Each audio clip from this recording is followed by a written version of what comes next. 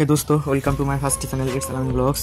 আজকে আমি ইরাকের সবচেয়ে বড় ফুরাত নদী সম্পর্কে আলোচনা করব। এই নদীটির দৈর্ঘ্য 4650 কিলোমিটার। নদীটি একটা স্বর্ণের নদী, কিন্তু নদীটার অবস্থা বর্তমান অনেক খারাপ। 23 মার্চ 2021 এই নদীতে পানি সম্পূর্ণভাবে পরিপূর্ণ আছিল।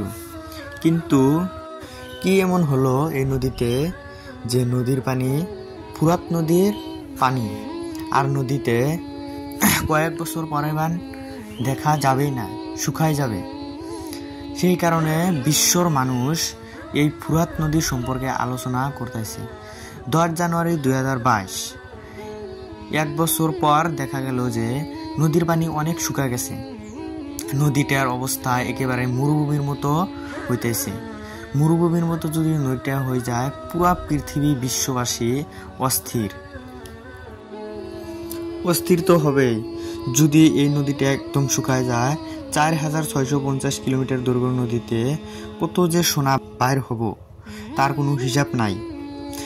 ইরাক আমাদের ইন্ডিয়ার মতো 10টা দেশ কিনতেও কোনো অসুবিধা হবে না। ইরাকের ধারণা যে 2 জুলাই 2023 সম্পূর্ণভাবে শুকায় একবারে মরুভূমির মতো হয়ে যাব।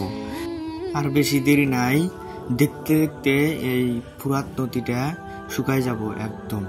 2024 আনাহ টাওয়ার কিন্তু শুকাই গেছে পানির থেকে। সবারই ধারণা যে এই নদীতে আর পানি একদমই থাকবো না।